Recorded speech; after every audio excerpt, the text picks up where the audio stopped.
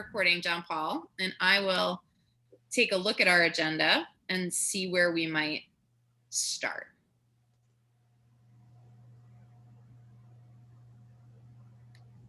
All right. So I think maybe we should start with the discussion of the exploratory topics and just talk through that piece a little bit. Last time we met, Carlene, we talked about whether or not we might have a panel on like these alternate learning modalities that became popular during COVID and whether we might propose that for a public meeting.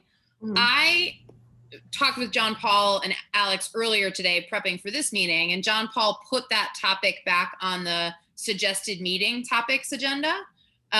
What do you think about having that for May or June? Is that something you think we might talk about earlier or later? I know, before I let you answer, John Paul also mentioned that the May meeting, the admin committee or leadership, I don't know which leadership, has been discussing the idea of a sort of a deeper dive into how states provide supports to districts, sort of branching off what we learned about literacy from the state panelists in the last public meeting. So do we think this is something we want to push for May? We want to ask for June or some other time? We can push it out because I wasn't sure where to like pick up or stop or we'll begin actually. Once you're waiting for the work plan to be finalized. So okay. I'm not sure like for the topics for both the homeschooling and the online learning, like where to start, or I know basically they said they're adopting everything on the work plan. So that got a thumbs up, but I'm not sure like where to start. Okay. So what if we think about such a panel for June? What kind of support would be helpful between now and then to try to A, make sure that Zachary and Emily feel like this is something we might be able to put on that agenda, and B, support to identify panelists or think of how to frame it, et cetera? So I think someone, Alex maybe, sent an email about like a list of potential folks who can be on a panel. So I think it's just a matter of like following up and finding people who can fit in those categories, and then possibly some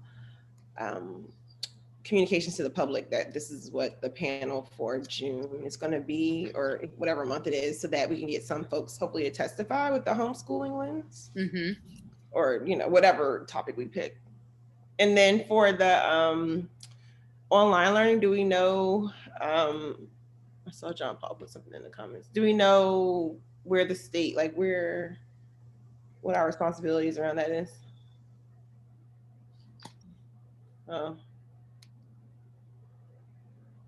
John Paul, we've recommended the ethnic studies panel for the June public meeting in addition to this ethnic studies conversation that we're going to talk about. So the Alistair, after the last education standards meeting, based on the conversation here, was to propose the ethnic studies to leadership. And I had a separate conversation with him about, identifying people and those types of things. So I thought it came out of this committee, but it may have just been from him separately, where he has also proposed a specific ethnic studies panel for that conversation in June, for the public meeting in June. So I just want to make sure that we're like, I think both are important and both need voice. So I don't think that the scheduling has not been determined, but that's where that is currently proposed. And I'm looking on, I'll share in the chat the meeting chart that Zachary put together a while back that I've been trying to keep updated. And hold on, let me undo something I just did. It's like, I don't have access. Because I was gonna move the modalities to June until I realized that ethnic studies has already been proposed for June. Again, no decisions have been made, so both of those can still be proposals for both May and June, and we can let sort of the leadership decide sort of what makes most sense on that. I just wanted to note it. Okay. What's up? So what's that? I was asking, what's the topic for May? So right now the proposal, the discussion is to follow on from our conversation with the literacy panel, but bring it sort of more 70,000 foot level and have a general conversation with other state SEAs on what supports they're providing to districts and LEAs. Okay. Okay. Not as a sort of like, Asa, you should do this thing, but like informing the conversation about like what type of things are available in other states and what might we work towards. Yeah. That reminds me, I need to respond to Emily's email about public meetings and stuff. Okay. Yeah, I'll be honest. I thought when I last spoke to Alistair that the ethnic studies was taking a trend more in a like direction of lunchtime live, or the well-rounded education panels. So I think we'll wait till he arrives at the meeting and we can confirm that with him. Yeah. But Carlene, let's shift back to your question around digital standards. Mm-hmm. I think there's a lot of questions that it would be worth us probing on, like what our responsibility is, because we only had one virtual school in the district before COVID. Mm-hmm. And it was a charter, and it was part of a charter LEA. Mm-hmm. So it didn't go through sort of a special authorization process or a special evaluation at any point, because Friendship's like a longstanding LEA, and they brought on the K-12 campus after the fact. So I think there's one question around like what is quality digital learning? Who's responsible for measuring it? How do other states do it? Okay. To what extent could or should we set out some standards in the district for what quality is? Mm-hmm. And where might that sit? Like, is that a role a state board could play, or is that the role this OSSE would play, or is that are we assuming that it will only be a charter situation going forward?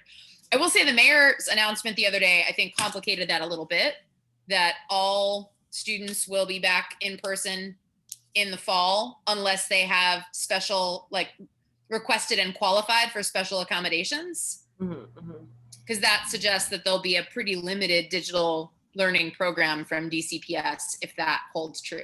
And I think, what was it, a few working sessions ago when the chancellor came, he mentioned possibly exploring the option of virtual learning outside of COVID as an option. I think it was like a middle high school kind of bridge or something like that. Like PS was going to play around with the innovation of trying it as a permanent solution. So yeah, I'm curious, like, where did that land to? So it seems like for digital or the standards, or, we need to figure out, is it under our purview? And if so, what? And then from there, think about next steps. Yeah. And I wonder, just thinking about sort of a public discussion, we could have the public panel just be homeschooling. We could have the panel be, like we talked about last time, sort of modalities of learning in COVID. And for digital learning, then we might think about what angle we want to take on the experts who come and represent that. Like, do other states have digital learning standards? Who was responsible for it there? Maybe have someone from that entity come speak to us. Mm-hmm. Yeah, and that question can be, I would think, like, that can maybe I'm not sure if you said it already, a working session. Because it's more in my head, and I have to respond to Emily and Zach about, like, for some of these exploratory topics, it seems better for for working sessions, because it's so focused on, like, what our plan is, versus like homeschooling. I know the public has some information they want to possibly share with us. So I think it just kind of helps tease out how we focus certain meetings. But I think that's a good plan, to possibly do a homeschooling panel later. So it sounds like June is busy or booked, and we're off on no public meeting in July. Well, to be fair, so none of those decisions have been made. So I think we can still make the committee or individuals can still make the request that this is a topic that we think would be interesting, and then sort of figure out what is the best way forward. I mean, I think your not suggestion necessarily yet, but the idea of maybe having one of these as a working session topic might be really interesting, because it would allow more of the discussion type things rather than sort of like a panel type hearing. I feel like you're somewhat right in terms of the homeschooling, that the format of a public meeting might be better for that, whereas in the digital supports might be better in a working session at this point. But I think I'm open to either one. I do, again, one of the cautions that I have on the homeschooling is just making sure that we're very clear on what we're asking of our public to come and talk about homeschooling, as well as what information we're seeking, or if it's, to balance some of the, fears of promoting homeschooling of some members, but also understanding that this is an option for parents, and they should know what those options are. I mean, and it's under our purview, like it's on our website and we haven't touched it. So I'm wondering if we haven't touched it, has the city touched it? And then what are the supports and what are folks who are taking the option experiencing? Because no one has really touched the topic, or to my knowledge, for a while. Yeah. And I just felt like listening to, it's not a big population, but I think we did get down to a number of like almost the size of Eastern High School, I think Jessica mentioned. Yeah. But, like a lot of people during the pandemic, and it could just be, the exhaustion of what was going on in the pandemic, were just like, they don't want their children to, be in the school system. They've enjoyed doing learning at home. So I just feel like it's a group of people that we might not have thought about their options. And again, I will have to iterate, it was also a variety of parents that I've witnessed bring up the topic. I think it would be also interesting too to have some at least one maybe of folks to represent the sort of pod network and how that potentially works as a homeschool option. Like what is, how does that work under our system, right? Because I think the system is sort of designed to be, schooling your own students in your home, right?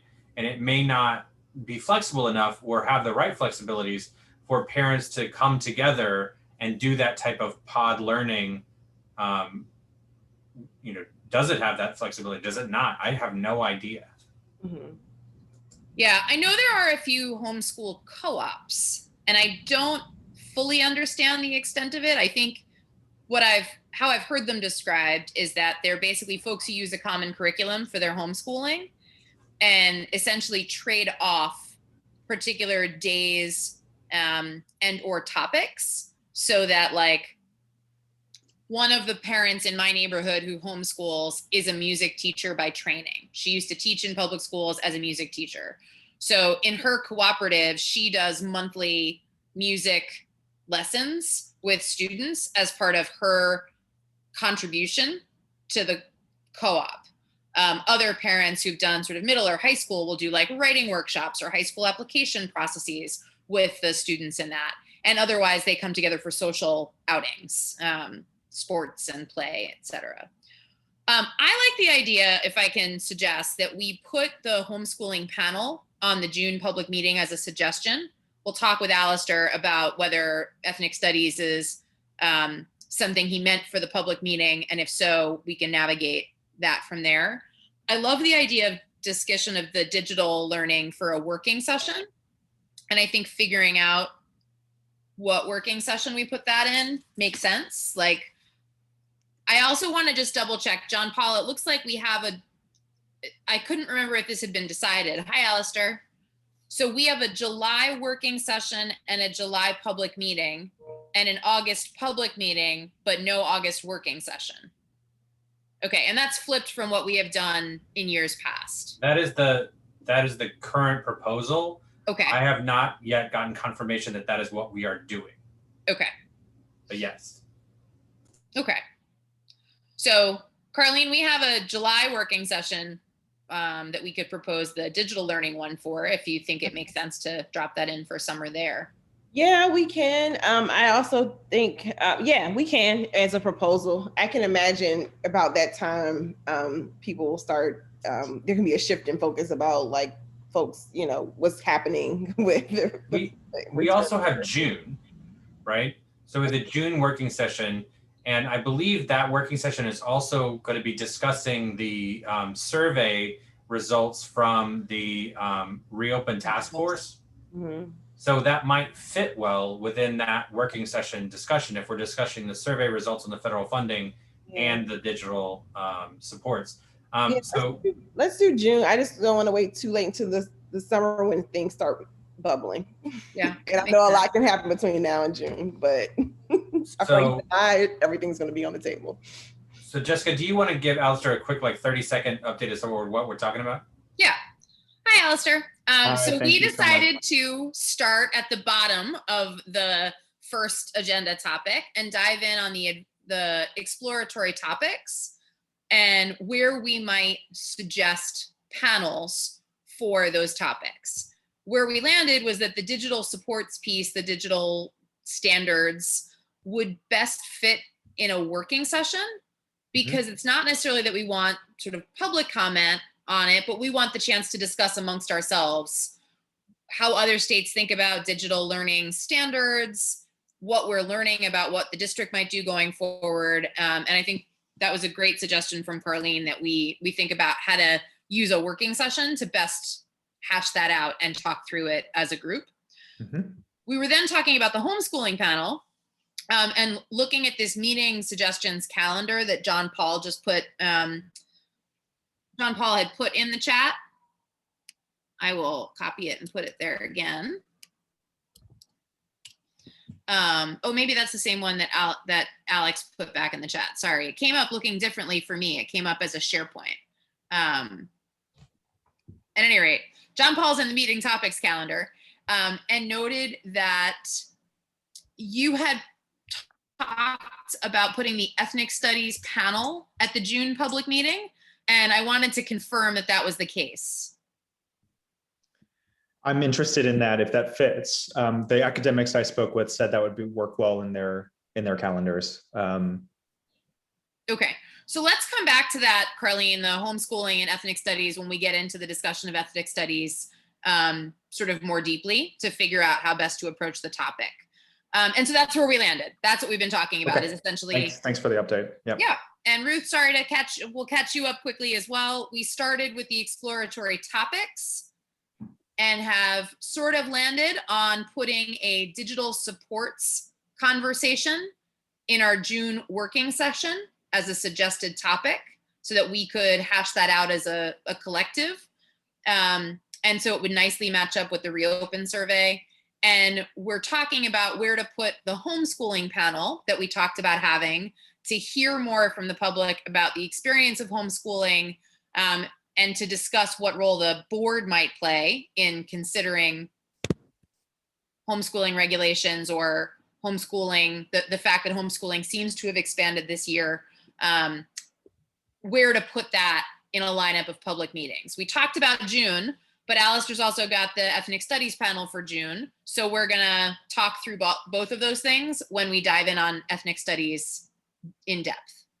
All right, can I just, one relevant thing that I am not prepared to talk about, but is at some point we got to put something on the general meeting about the STAR framework accountability and so on. I was sort of loosely looking at June. So yeah. Just throwing it out there. And well, feel free to drop it in the meetings calendar, but definitely you don't want to take the Education Standards Committee time to talk about that, if that's okay. No, I'm just saying as long as everything's presumably tentative. That's it. That's all I wanted to say. Okay. Okay. Yeah, I know that we're just adding to the calendar that Zachary provided all of us the option to add ideas to.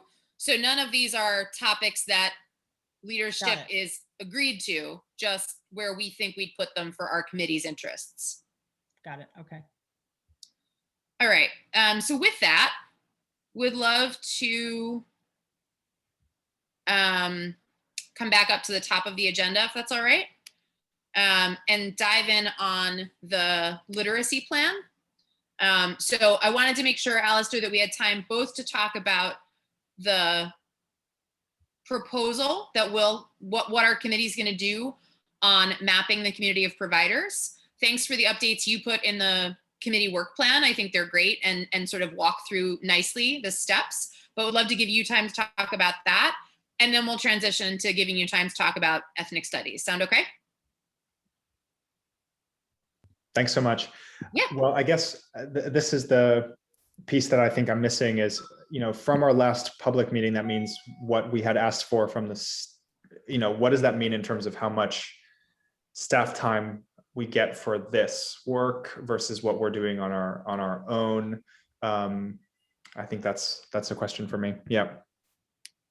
Okay. So I'm going to pull up our work plan here. And John Paul and Alex, I'm going to definitely defer to you in terms of like what this looks like for the other committees, but I'm going to share my screen if I'm allowed to. Thank you. Okay, can't show my screen yet. Cool. Now I can share my screen.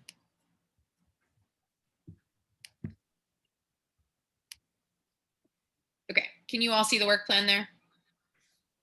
So right now, the only thing in our work plan that is scheduled for the spring here into the summer is the literacy plan work, plus the few items for the social studies standards. So there's a SISAC meeting on June 8th.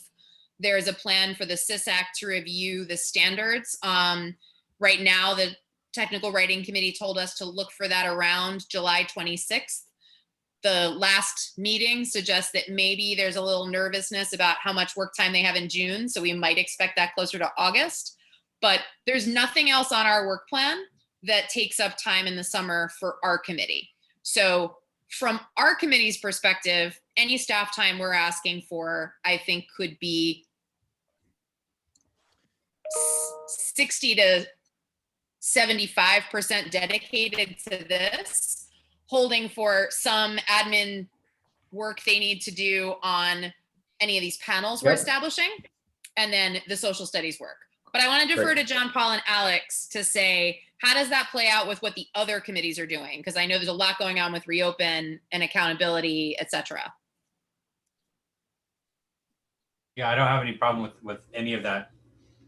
Okay. And I don't think we're going to be asking for much. I just wanted to see what options we have. So helpful to leave this up, Alistair, or take it down?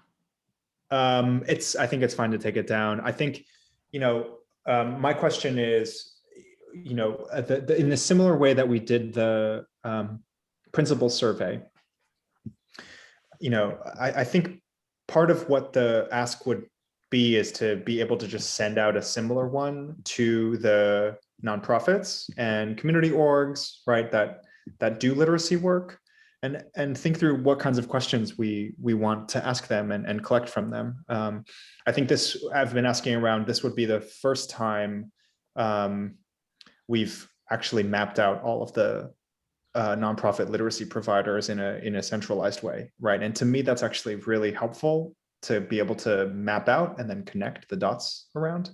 So part of it is just even knowing who to send it to, unlike the principals, right, where you have a full list. This is not so clear. I think we could go about it two ways, right? One is go through the city, and I don't know, John Paul, if you know of, I think I remember having to, for nonprofits having to register in DC, even if they're incorporated elsewhere, right? And so maybe there's a way to go through that to kind of see who is registered here, and then has literacy in their mission statement or somewhere. But that seems, I don't know. Do you know if that's possible? I don't know. We might be able to get something like that if the organization has received a grant from DC somehow through the Office of Partnerships and Grants. Yeah. DCPS also has a centralized partnership database that has all of the partners that they've ever worked with. So that might be a starting place as well. I don't know that we would be able to get the tax records in order to be able to search through that. I mean, I can ask CFO, but I would imagine that we're going to get too many. No, yeah. So, I mean, so then step one is, how do we actually find the groups? And then step two, I think, is how do we ask, what questions do we want to ask them? And step three is nudge them to ask them. Step four is nudge them to ask them, right? And then once we get enough responses, I think we start to actually put that together as an appendix for the literacy plan. So, Alistair, I have one wondering. Yeah. So if it feels like there's who's the universe there. The steps in my head are like, you've got a set of survey questions that you want to ask providers to understand what kind of literacy services they offer. Right. I apologize in advance. Tonight is the State of the Union, which I forgot about, which means my neighborhood is just all sirens. Like, it's gonna be all sirens all afternoon as all the honored people go the mile up the road. So apologies in advance for all the sirens. They're good sirens, happy sirens. We need to create the survey of the questions we want to ask. Then we got to figure out who we would ask them of, like who's the universe of the people we would survey. Then we've got to get the survey to them. So I wonder, could we start with the questions we want to ask just so we've got them on deck, and could use those questions to say to folks at like the DC Public Library or our DCPS school librarians or other organizations we know of who work in the literacy space, we're going to ask questions like this of providers. Who would you suggest we send this to? And could we start to sort of snowball sample from like people likely to know those connected to literacy services? I think that makes a ton of sense. So John Paul's list, like the idea of the DCPS partners, et cetera. Yeah, I think that makes a ton of sense. And every time I talk to someone, they can point me to 3 more people that I had honestly, and I feel like I've been in this space locally for, especially among the non-formal actors for some time, and I'm still hearing of people that I had not heard of before, right? And I think that's part of this exercise. Yeah. Ruth? Yeah, clearly Alistair has a vision on the way that this informal sector and all these partners can work together and create some achievement where there is an achievement, or love for literacy where there isn't. And can you share that vision? Because I don't fully get it. So I'm trying to understand how is what we're finding out going to help the Aussie plan or Kids Read or our involvement. That's all.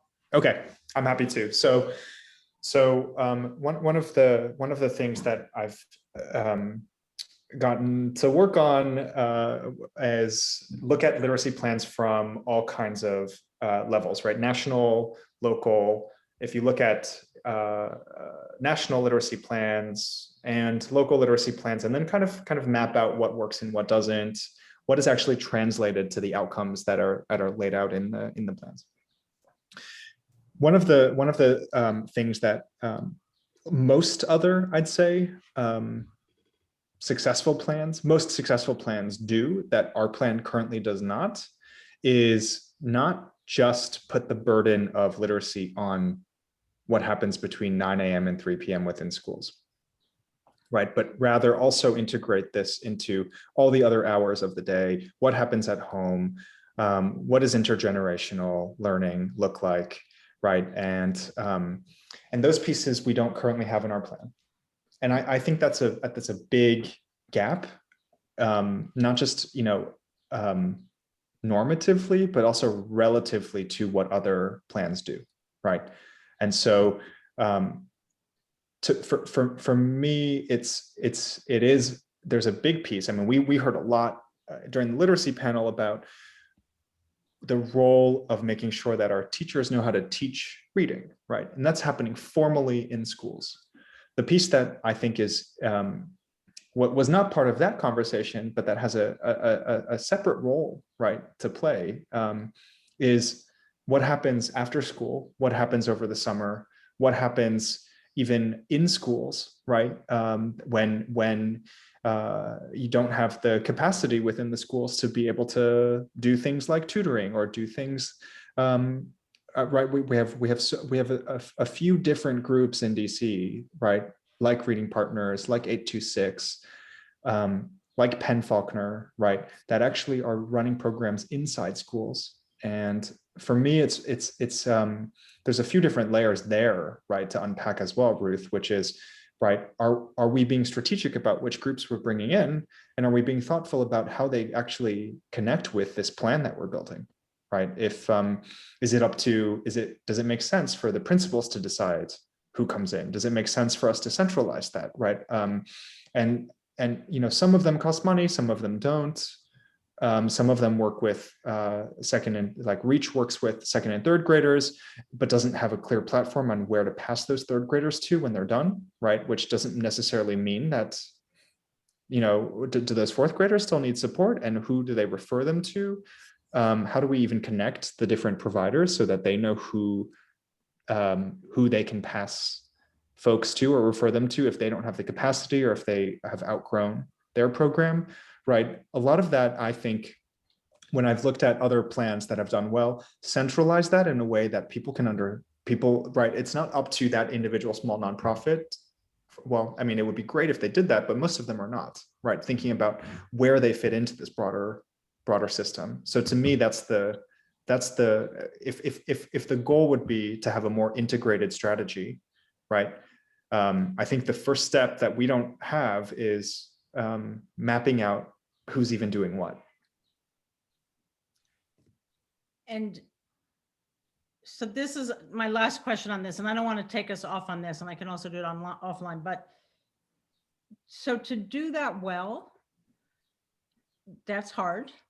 And I guess part of my question is, it's especially hard if we're in a situation that isn't running the thing, and if there's not a serious interest on the part of the folks who are running it to having us help do that. So I guess that's kind of my So I've talked with the Aussie team, and they are Ashley Tillman who's leading the literacy plan. You know, said she doesn't have the capacity. They don't have the capacity to work on this aspect of it. They're interested in it. I don't think we're going to make it in time to do this for their May publication, but could add it on as a addendum, an appendix, right? Those are open options right now. I think they also see the value in us doing this, but it's not part of their immediate mandate to work on it, in part because our plan right now is being designed to meet partially to meet the federal requirements for the grant that we're getting, that 16 million. One thing I really like about your vision, Alistair, is that I think, you know, we have to start somewhere. We don't have any map of the resources of literacy providers in the city right now. So our map is going to be version 1.0. And what will happen with version 1.0 is that someone will look at it and say, my goodness, I see 10 organizations you left off. And we can say, well, isn't that great? Welcome to version 2.0, which now adds on the 10 that got left off the first time. So I think too, if we can figure out how to both design the process to say that however we do it this first time, the pieces we build can be used to re-up it. If this becomes a thing, you know, that Aussie does, Aussie can't build the infrastructure for it, but would happily pick up updating it annually. Great, we'll have the survey in place. We can keep a list of our methodology and be able to provide it to them so that they could redo this annually. Or if we needed to, we could do that. But I think it's a value. I like the idea that it's a value the state board adds from the perspective of we're folks boots on the ground. We're in all 8 wards, and we have relationships that I think we can leverage to start this process. Because I think you're right, Ruth, it's hard work and it's not easy to get right the first time, but designing the process, I think, will be a big value for mapping these kinds of educational resources that are hard to get our arms around. And at no point do we claim to be comprehensive in this version, right? Because I think that would be the impossible task in a way. Unless if we had a list of, right, from our tax office and could comb through that somehow. Does that answer your question, Ruth? Sort of. So I'll offline sort of pursue it with you just so I can get my arms way around it. But Yep. Thank you Happy very to. much. Very helpful. Okay. So Alistair, last question on this so that we can move on to talking a little bit about the ethnic studies panel. Yeah. What do you need from your colleagues between this meeting and the next meeting? Or do you just need to connect with staff to get started on this? Well, if we want to create a list of questions, it would be great if we could get, if everyone could, we could start an email chain and start sending out some questions, right? I'm happy to start and get your edits to it and then additions. If we start that over email and have something then that we could run by the staff and then run by Aussie, right? Run by Ashley and her team, and then start kind of floating this around, right? The way that you said, Jessica, I like that. I think that would be great. I think one of the things I thought was really hilarious when I was writing my dissertation and was trying to find people who would talk about a thing was like literally asking people to tell you what other people to talk to has a name, and it's called snowball sampling.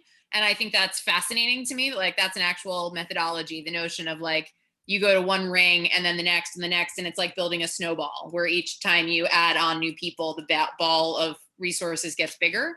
So I think if we approach it in that way with this list of questions, but also like, who should we ask to tell us who's out there? That would be pretty cool. So I will work on that and get something to folks early next. Well, I'll try to get it end of this week or sometime over the weekend if that works for folks. And then Jessica, what would make sense then for when we get people's edits and additions before we send it over to Alex, Darren, John Paul? Yeah, I mean, I think if you want to, if you put these ideas in the work plan, that way we can all like have a common place to go and just find where you're going to put it. But I don't know, I think giving people like 3 days to get back to you with some advance notice is fine. Like as long as we know when it's coming, that feels like on par with what folks have been sort of offering one another. Okay. To just let us know when it's coming. And then. Carlene, Ruth, does that work for you? Does that make sense? Yes. I mean, there's probably times where I won't be able to make it, but it's a fair timetable.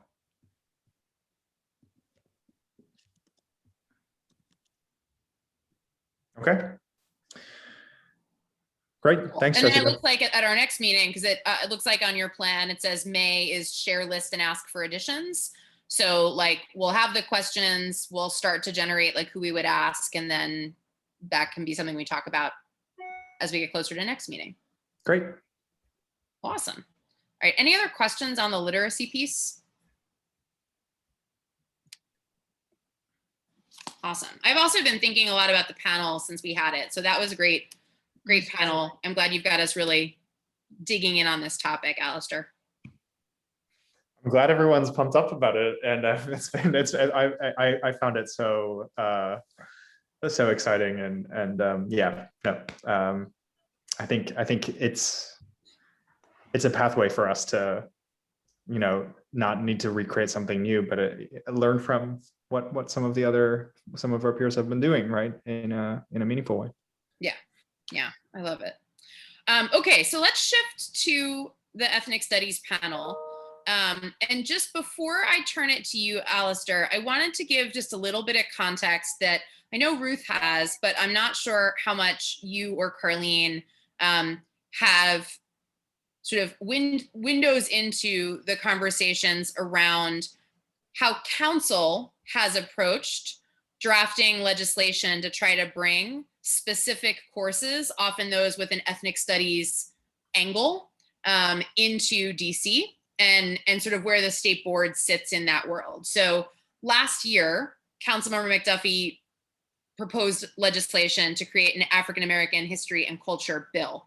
And Marcus Batchelor, our vice president and Ward 8 representative at the time, testified to council at a hearing on this bill. There was strong support for the bill from a number of people in the city, including Greg Carr at Howard University, who talked about the fact that when you sort of blend Black history and culture into the curriculum as a whole, you leave an opportunity for it to be left out.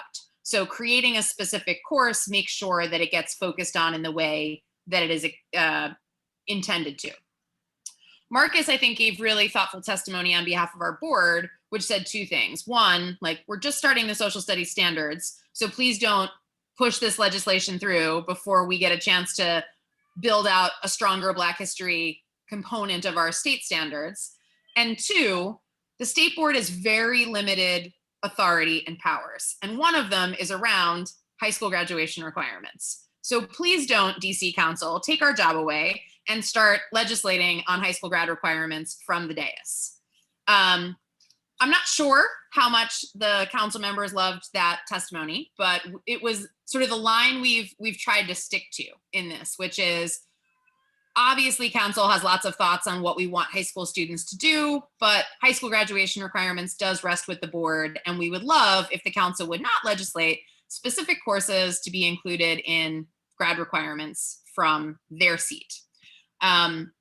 So one thing I just want us to keep in mind as we think about this panel is, how do we thread the complex needle of the importance of ethnic studies in our curriculum, in our standards, but also not appear to come out on the side of, hey, council member who has a pet bill to legislate a new high school grad requirement, this is not our tacit endorsement of your legislation.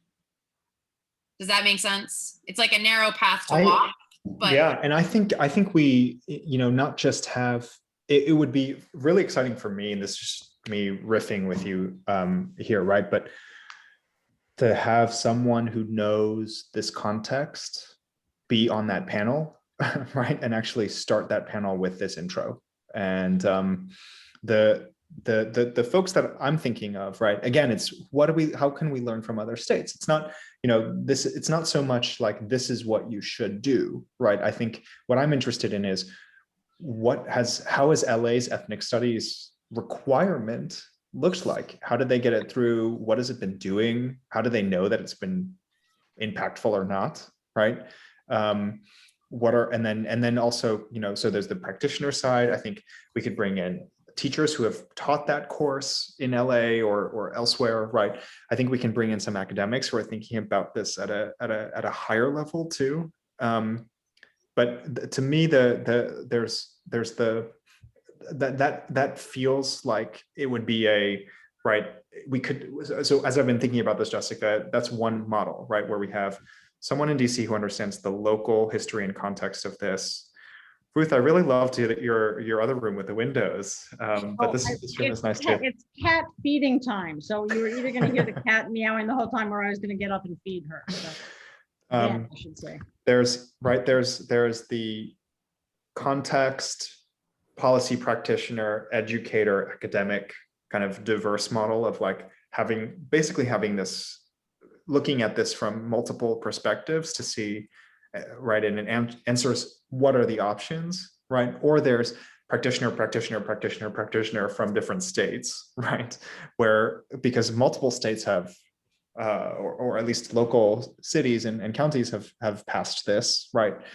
And more as a why, what have you learned? How did you push it through, right? Kind of a conversation.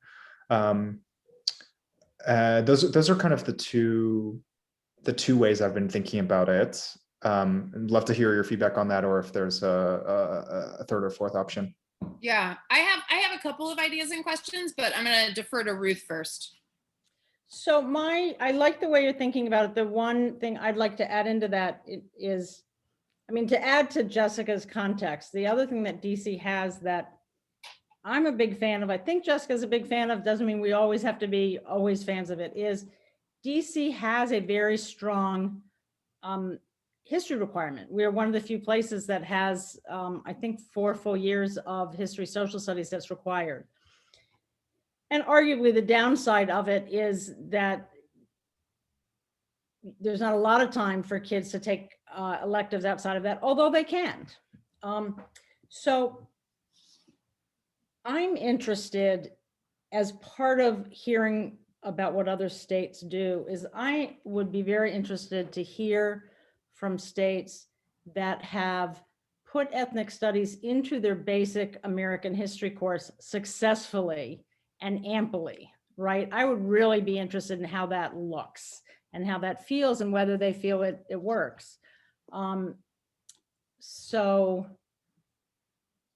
American history and world history, right? Or, you know, so that's my comment. That's my instead of having it right. So then we get into, also we could explore a panel then on options. One person, it's legislated required course, one is optional, one is integrated into existing history and social studies, right? And more as kind of thinking about what those options look like could be another way we structure it. Yeah, and I mean, yes, and how we approach whether or not we want to get an extra course ought to be based on the fact that there's something you can do with a separate extra course that you can't do in what you have, or right. So it's the easier path if you can do it that way, but is it viable? So yeah. Carlene, do you have questions or thoughts on this? No, I'm just listening. So I have sort of 2 thoughts. One idea as an additional piece of the puzzle is, I know we have some LEAs and some schools within LEAs that offer electives that fall into the bucket of ethnic or cultural studies. And I'm not sure how often they get to talk about like how they do it, like what pool of students takes part in it. How do they fit that into their elective schedule? I'm thinking, like, I know Wilson has a number of electives. It's a large high school, so it also has like the I can't think of the word I'm looking for, critical mass of students to like field that many elective courses. But I know like E.L. Haynes has some very interesting elective courses, Thurgood Marshall, Richard Wright, like they're some of the high schools that have a more humanities focus have some really interesting electives that would fall into this bucket. So I think that might be another interesting piece to hear from, is like, what is already present in our own city that hasn't risen to the level of a state-wide approach, but is present and could be replicable. Which leads me to my second thing, which is I worry that this is a lot for one panel. So I wonder if there's a way to think about, could we have a series similar to the Well-Rounded Education webinar series that Emily and Zachary put on, that could be like an exploration of ethnic studies? And could we do 2 or 3 events that would be one focused on these academics that you've reached out to, Alistair, one that would take that sort of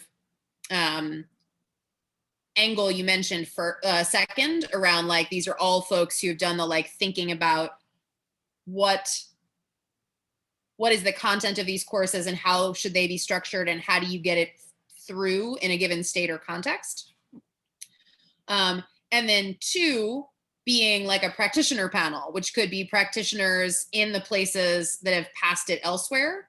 And then 3 could be, policy panel that's focused on that. And then the 3rd could be a practitioner panel of people actually teaching these courses, whether it be here in DC or in other jurisdictions that have requirements to sort of compare and contrast. How many students enroll? How hard is it to enroll? Where does it fall in their program of study? I know that feels like a lot, but I'm kind of, it feels also like an important topic for our city and a way to think about 2 different things at work. One, the social studies standards that are still very much in process. And 2, OSCE's course data collection that they're talking about. And like what we do and don't know about what's even being offered. And to this point about the digital course LEA course offerings, like if we want to explore students at one LEA taking classes in another, we have to know who's taking what first and how it's being offered and how many, you know, kids take it or could they accommodate.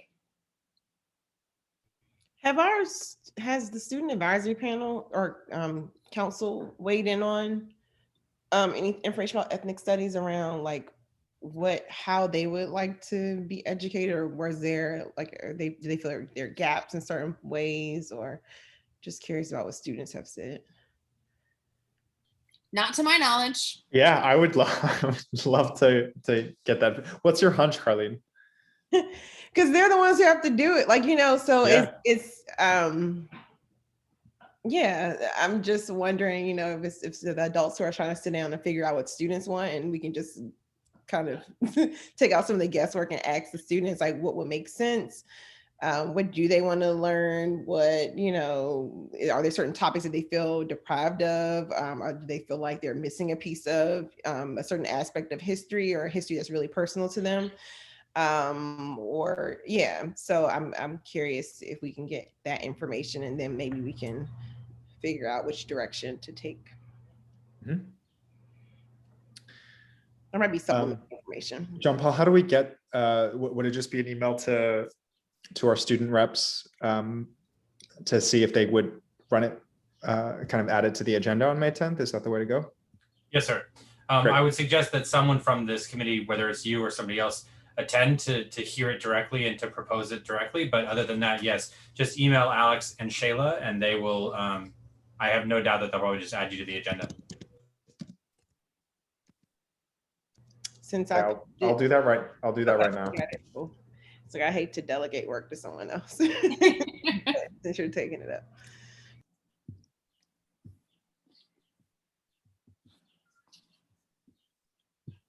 Before we leave this, I just put in the chat, in terms of talking to charters about how they do ethnic studies, also would be very interesting to know how they thread ethnic studies into their regular graduation requirements, because I bet there's a bunch of really good examples out there and they do it different from DCPS. So let's find out. So Alistair, given everything you've heard, what's your reactions? I mean, I'm really interested in having a few conversations on this. The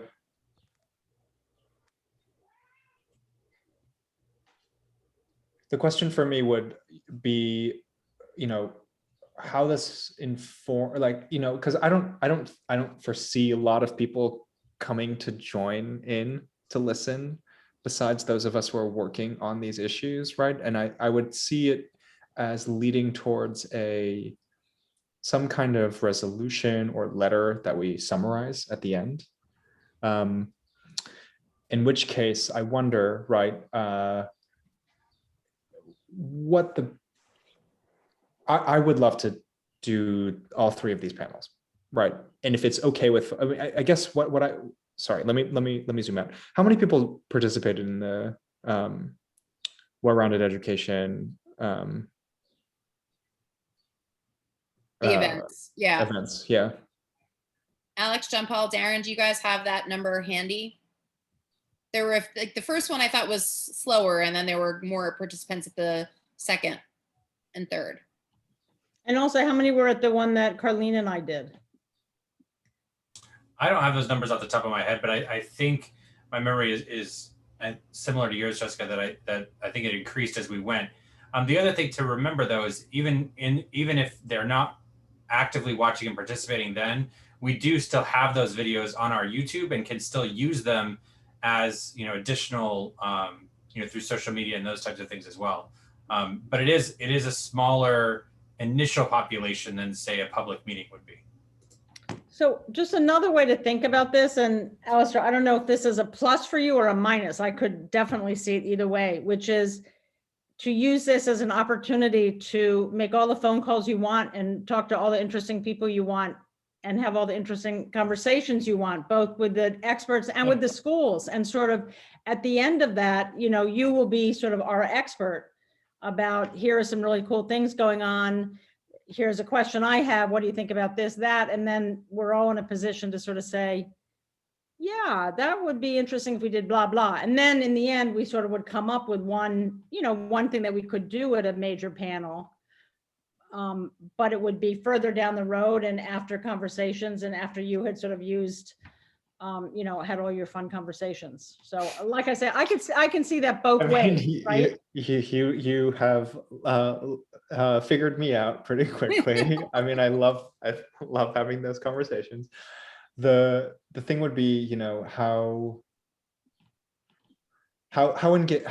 interesting would the three of you find it, right? If we were to do a local panel, policy panel, and a practitioner panel, to help find the people or suggest people to come up with questions, is that interesting for the three of you?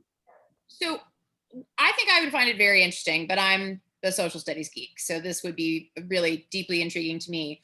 But I think the key thing for me, to your point, Alistair, about how it ends, is I think it might be worth putting to the CISAC and the technical writing committee of the working on the standards, because that would seem to be one place this could land in conjunction with the social studies standards. So like, what's the interest level there? Because then you've got a body of 56 people who might attend. The second thing is, a second way this could end, besides being in the standards, is OSSE has been pretty firm in they're not changing the course requirements for social studies as part of this standards process, and they're not changing the course sequence. So that means that both our 4-course requirement and the traditional progression, 9th grade world history, 10th grade world history, 11th grade US history, 12th grade DC history, and government, they're not seeing that as movable as part of this standards process. So a second suggestion is that we write a proposal that tries to nudge them along into something different.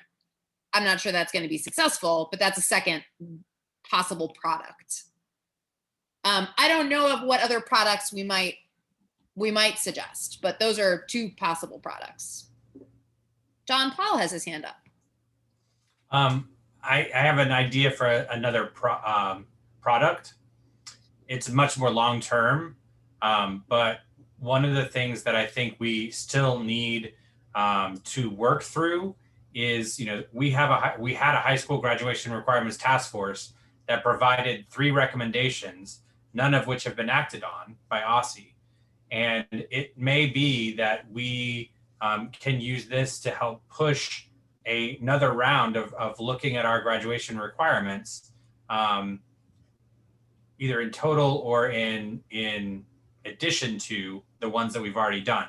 To Carlene's question, so the recommendations were 1, to lower community service requirement to 50 hours, 2, to create individual learning plans for students at once in elementary, once in middle school, and once in high school, I believe it was.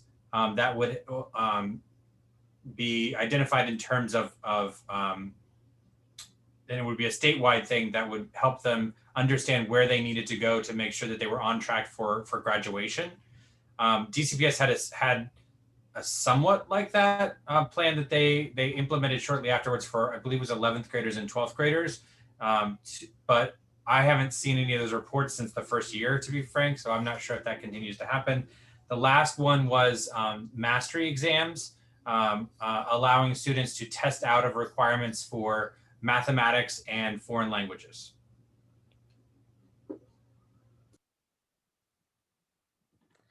So I would just say, having pretty been booked. No, you go, Carlene, sorry.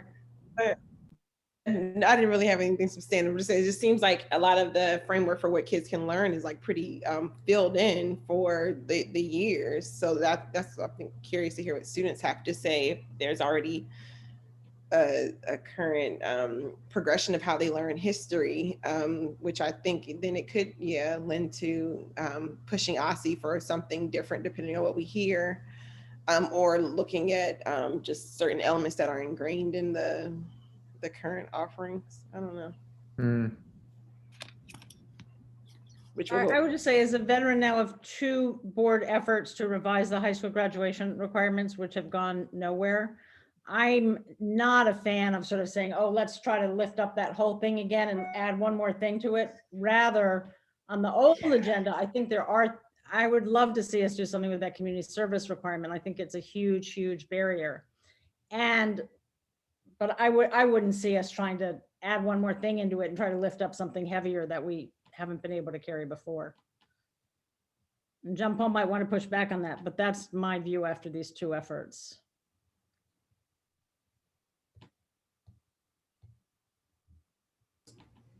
No pushback from me. As far as I'm concerned, there's still recommendations that we're waiting for OSSE to move forward. I don't know that we necessarily need to do it again.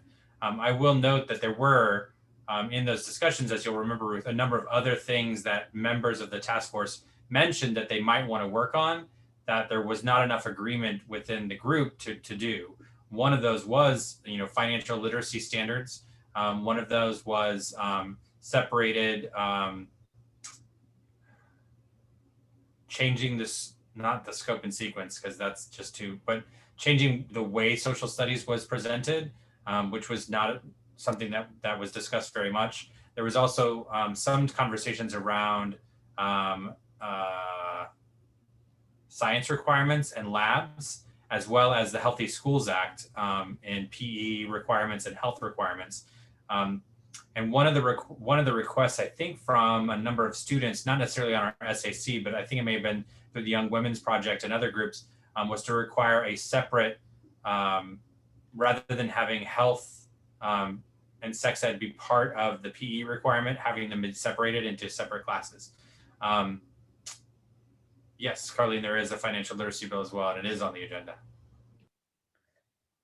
And I would just say also, Carlene, I think picking up the community service issue for the advocacy committee, I think is something very much worth looking at, because I think there's a lot of energy around that, and that's the only way to move somewhere. So.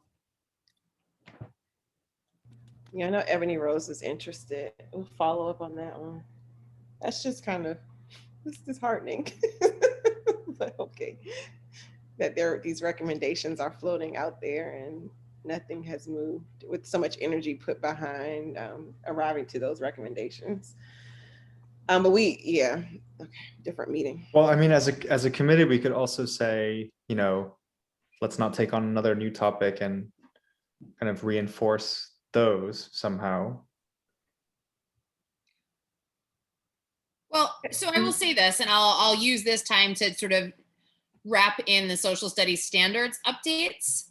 I think the writing committee in their last meeting had a lot of discussion about they had these core ideas, these essential questions, through lines. And one of the questions that came up they were discussing was this piece around ethnic studies.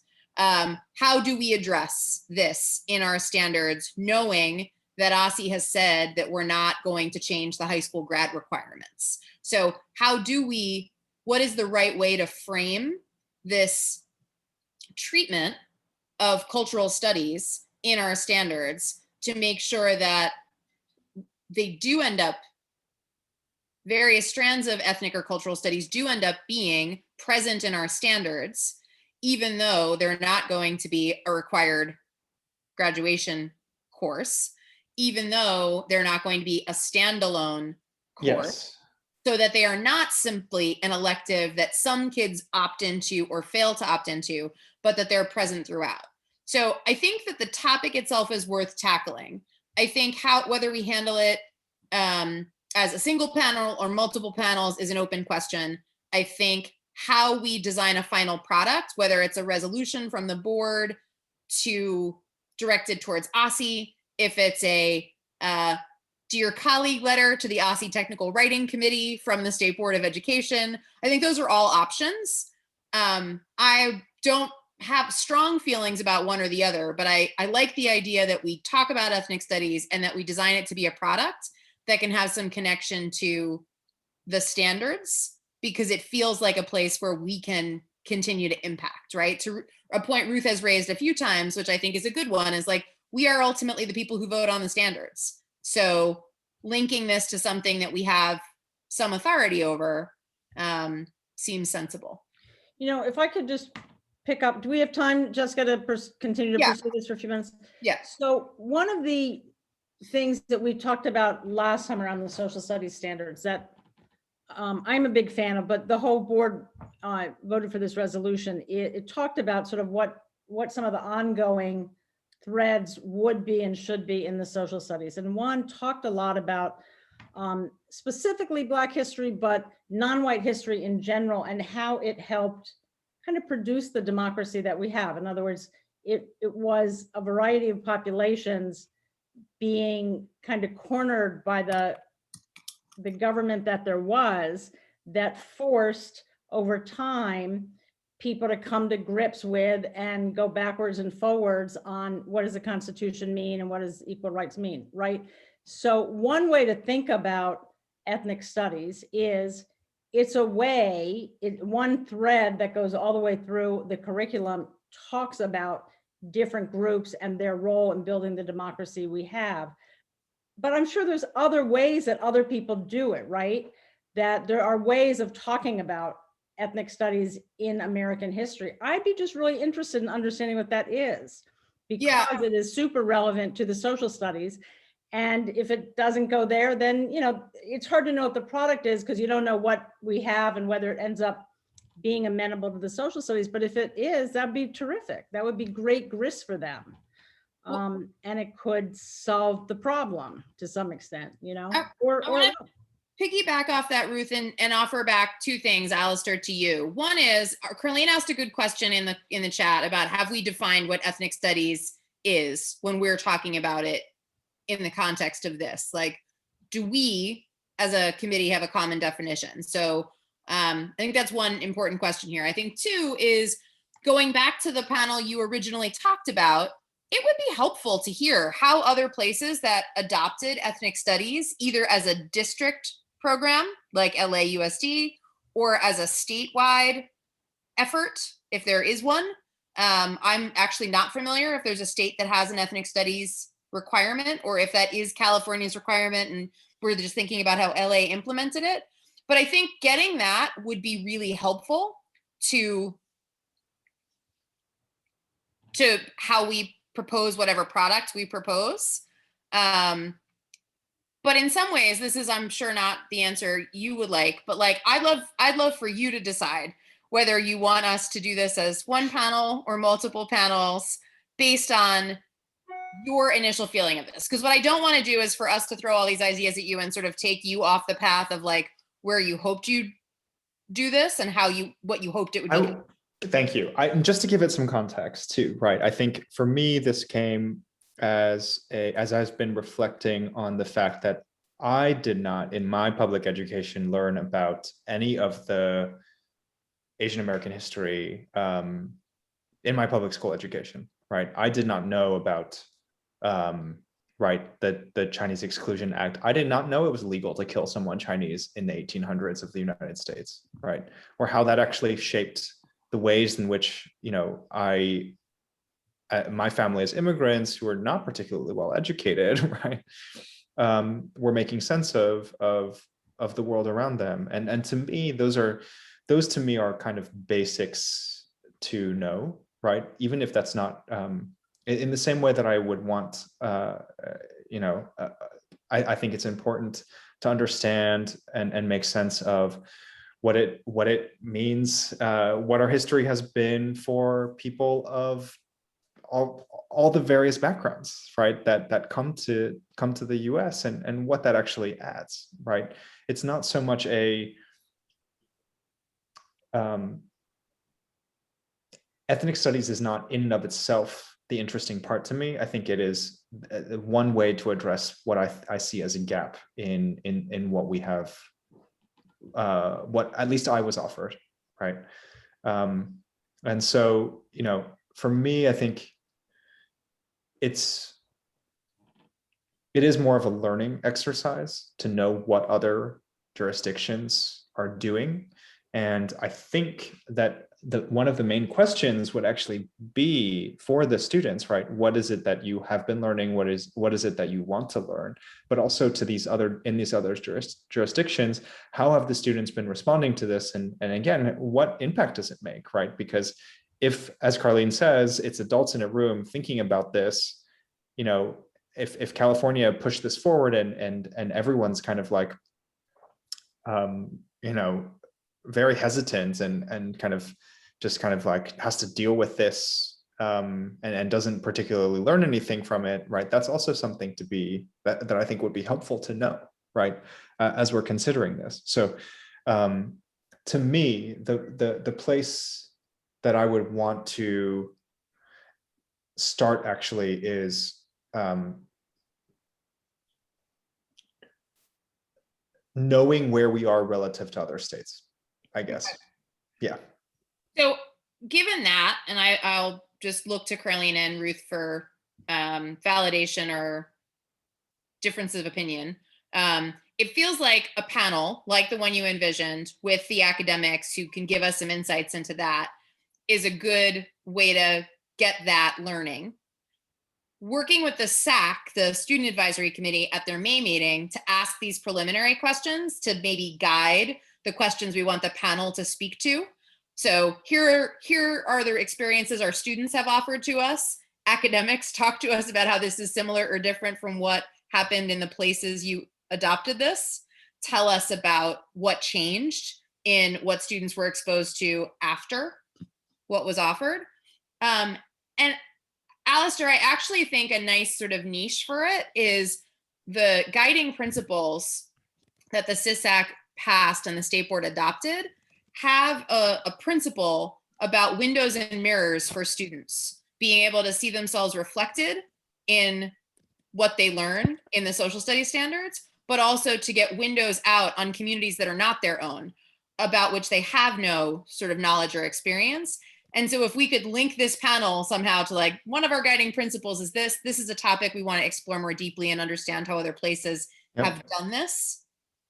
We can then, you know, provide information back to the writing committee and say, hey, this is one of the guiding principles and we've done some more exploration on it and this is what we want to offer. Great. One final further comment on, what about that, what is her name? Danielle Allen? Jessica, who's working on this sort of how do you think about civics? How do you think about our whole society? How do we turn that into standards and questions? And I wonder that if she has, I mean, my guess is they've looked a lot at this question and that could be someone to pull in. Yeah, I mean, she's fantastic. She spoke to our SISAC. I would just offer one thing. She's exploring a run for governor in Massachusetts. Oh yes, I actually did just see that. That's right. So she might be hard to book. Yeah, she might be busy. Yeah, the education people are all running for governor. Yeah. Gosh. Yeah, but we could look back at her her panel to the SISAC and our YouTube and see if anything comes out of that that's worthwhile. And there might be somebody on the staff or somebody who's one of her. Anyway, they I think have looked at it. Jessica's looked at it much more than me, but I think I think that's a good point. I want to just suggest that we move on with our last 10 minutes to do two things. One is to talk about this financial literacy bill. And then two is to make sure we're clear on our next steps. The updates to the work plan is really just a reminder that like our work plan is going to be where we store all of our steps. So if we add things to, you know, hey, we're going to try to do this at this meeting. If it's in sort of the bucket of work that you proposed, go ahead and add it to the work plan. I'll keep an eye on it at least twice a month, once when I send out notes and once when I send out our agenda. But if you are updating things in the meantime, just update it in the work plan so we can all keep track of it together. And that's on the SharePoint? It's just a Google Doc and it's hyperlinked in our agenda, but I'll send you the link here now. So I have a question to maybe John Paul. John Paul, we've talked about this in the past and I just want to raise it. If there was a place where everybody could go and everything is there, right? So you go to one place and that's where the Google Doc is for social study and it's where the whatever it is for other committees, so that people have one place to go and it's all there instead of having to go through all the emails. So I just throw that out, continue. We already have that and it's in the SharePoint drive. That being said, some committee chairs aren't as comfortable with SharePoint as they are with Google or other things. And so what we're trying to do is keep copies in our SharePoint as well, but it's All right, we'll come back to it. challenge. I don't want to waste time here on it, but I'm happy to own the fact that like I live my life in Google Docs. I do all my client work in Google Docs. I do all my personal sharing in Google Docs. So I don't love SharePoint. and I can't use the Gantt chart. So we got to sort of figure out how to make all that kind of come together. But next, keep going. Okay. So the financial literacy bill, Councilmember White is having an event tonight at 6 o'clock. It's hyperlinked in the agenda. I can also put that link in the chat, or if I can ask one of the staff to drop the link in the chat from the agenda. It's on Facebook Live, I think, in addition to being a few other places. He has a bill that is basically requiring, and John Paul, you may be better at summarizing this than I am, but is requiring that there be created a requirement for financial literacy in high school. So another high school grad requirement focused on financial literacy. And the folks speaking at this event tonight, my understanding is that these are folks who have particular curricula that I think includes all of the proposed elements of financial literacy that Councilmember White has written into the bill. I will reiterate what I said earlier, which is I worry a little bit about the council legislating high school grad requirements from the dais, and would hope that we as a state board might say, we too agree on the importance of financial literacy. We talked about putting it into the social studies standards. It didn't seem to find its home there. The CISAC was not in favor of putting financial literacy as one of the social studies standards because it was hard to figure out where it would live in the high school course requirement. John Paul has pointed out in conversation to me really thoughtfully that like a lot of the stuff you want kids to be financially literate about, we want them to know a bit about before high school. We want them to understand the difference between loans and grants, for instance. We want them to understand checking accounts and how paychecks work. And we want them to understand all that earlier. So could we think about how we infuse financial literacy into middle school? So I don't have a strong position yet on how we get financial literacy into young people's lives here in DC. I am concerned about this bill in the same way that I have been concerned about any high school graduation requirement legislated from the council, but wanted to throw out to this group that bill is there, and whether or not we want to put together some response. I do not think John Paul has confirmed. There's no hearing yet. So we don't have a formal opportunity to testify on it, but I think I would love this committee to start thinking about, if we were to testify, what kind of things would we want to say as a board about this? And where do we think this might live? Because I don't know. I don't want to speak for all of us, but I have heard from board members in the past, financial literacy is something we do think children need in their lives. No argument with it. Where we put it and how we fit it in, Carlene, to your point, like we've booked our young people in high school. There's like very little flexibility to take, say, choir or AP physics because we've really booked their schedules. Yeah, it just seems like it's a bigger conversation. Alistair, I saw I'm just boggled. But it just seems like a bigger conversation of, what do we want schooling to look like for children versus these premeditated, you got to take this and all of a sudden you are ready to enter into the world. And some of the stuff might not really apply, that we're enforcing. So I'm like, if OSCE is not ready to move on this, even if council legislates, is my gut feeling and probably why I'm looking like I'm just frustrated. If they're not ready to move, it seems like even council can't legislate it to any changes. So it's a bigger conversation of not just the patchwork of a cultural class or a financial literacy class, but it's a real overhaul of what do we think,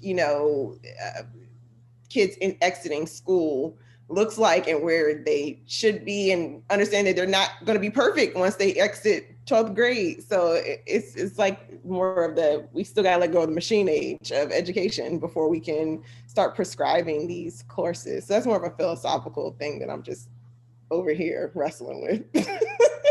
So it's not about either of your topics, Alistair. It's really just a bit of a frustration. I hear that. Yeah. I agree. I also wonder, two things occur to me a lot about my own educational experiences. Like there were things I learned in Girl Scouts that I would not have learned had I not been a scout. So I know there were some things that were like not part of the formal curriculum, but this kind of goes to your literacy providers conversation, Alistair. There are a lot of things I learned from the informal, loosely connected to school organizations I was a part of, like Girl Scouts. There was also a lot that I learned in courses in middle school that I know our middle schoolers don't get anymore, home ec and shop class. Like I learned how to use a soldering iron and a jigsaw. No one in my house used a soldering iron or a jigsaw. That was, my parents are city people. We hired handyman. So I learned how to use those tools and then went on to work on the set design in college because I learned it in middle school home ec. I don't know where we would do these things for our young people in our current schedule and curricula, but I wonder how we could think about broadening what students get exposure to. Yes, it's funny that you say that, a little off topic, but when I did the board, I do like Post-it notes sometimes when I go to community events, and when I did the vaccination event at the Southeast Tennessee Learning Center, it's funny because African-American studies was one that parents said they would like to see in school. And then one mom said home ec. And I chuckled because it was just like, some of these things have been removed. And her quote was, "These kids can't cook." So like, it goes back to the preparedness of we have, yeah. But I mean, clearly. Yeah, and I don't mean to call out the women in my family, but like we didn't have any knitters or sewers in my family. So like I learned how to sew on a button, stitch a hem, and bake chocolate chip cookies from home ec class. I learned don't put metal in the microwave. Like these are things that, we've gotten so like into the weeds of education. And it's just like we're possibly producing children who just can't do basic functioning. That scares me, but Understandably so. So I don't have any agenda, like action item for us on that, but I do think that's something I want us to keep an eye on. I don't know if anyone's able to go to the event at 6. I've got to make a 6 o'clock call and then we'll pop in thereafter. But we'll keep an eye on it. Ruth? No, I was just going to say I would be interested, but I have a meeting at 6 also. Okay. But I'll try to turn it on while preparing dinner or something. So okay. Just so be for careful of that microwave, Carlene. Yeah, no metal in that microwave. So for next steps, Alistair is going to add some things to the project plan around the literacy piece. He's going to send us a list of questions. Oh, grilling. Good call. Going to send us a list of questions that we're going to respond to. He's going to give us a deadline for that. And then when we come back in May, we'll revisit sort of who we're sending it out to. For the ethnic studies, Alistair, I am throwing this to you. It sounds like we're going to go with one panel, but let us know if that's still the June meeting, because that was what works best for your panelists. You've emailed Alex and Shayla about May 10th. I put that on my agenda. I'll plan to go to the SAC that night so that I can be present for the conversation as well. And we'll hear what our students have to say, but it sounds like we're aiming for that for June. And Carlene, once we talk with leadership around what they think is right for the June meeting, we can also figure out whether we need to shift homeschooling to a different public meeting or how we best handle those two topics in conjunction, given leadership's input. Does that sound okay? And can I just throw out one thing, which is just to Alistair, that just because it's one panel to begin with and it's the academics, do not let that deter you if you're interested from talking with the schools and just sort of using your, this role to try to really pursue what's going on and just build a picture of it. So. Yeah. Alistair, it also occurs to me that we should make sure that we can loop you in as needed to the CISAC and the technical writing committee, so that if there are questions you have for them and or we want to invite them to these things, that we can make sure that we're closing the loop on that. That's great. Thank you so much. All right. You guys are awesome. Thank you for a rich, full discussion. And Ruth, I liked also getting the tour. I've been to your home, but I loved getting to go back and forth to different rooms today. It was nice.